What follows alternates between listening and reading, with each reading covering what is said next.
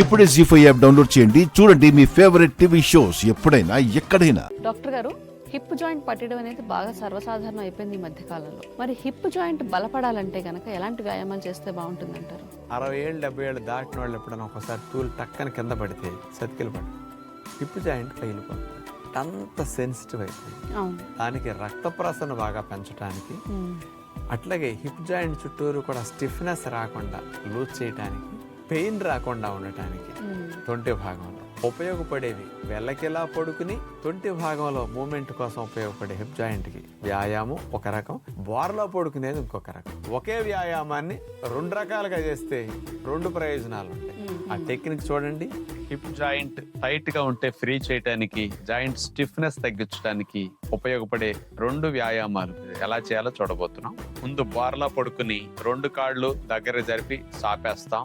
2 చేతుల్ని భుజాలకి ఇరువైపులా అట్లా చాపేసేయాలి. గెడ్డం నేల కాని ఉంటుంది. ఇప్పుడు కుడి కాలుని మనం లేపి చేతి వైపుకు తీసుకురావాలి. కాలు చాపిన తర్వాత స్ట్రైట్ గా చాపాలి. స్ట్రైట్ గా చాపిన కాలుని మళ్ళా వెనక్కి తీసుకెళ్ళిపోవాలి.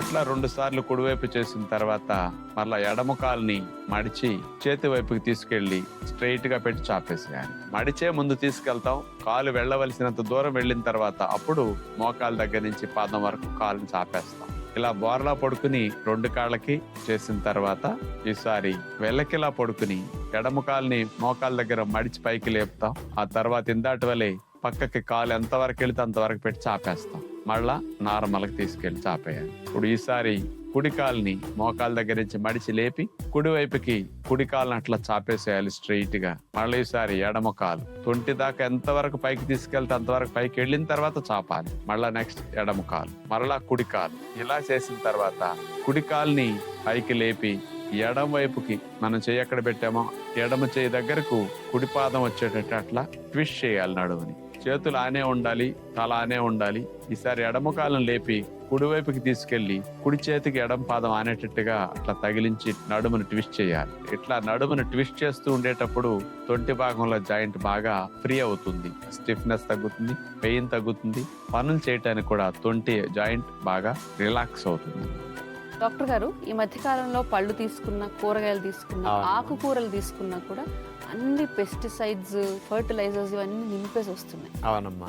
మరి పెస్టిసైడ్స్, ఫర్టిలైజర్స్ యొక్క ఎఫెక్ట్ తగ్గించి మనం ఈ ఆహారం ఎలా తీసుకుంటే బాగుంటుంది? చాలా మంది వేడి నీళ్ళలో కూరగాయలు కడుక్కుని వండుకుంటారు.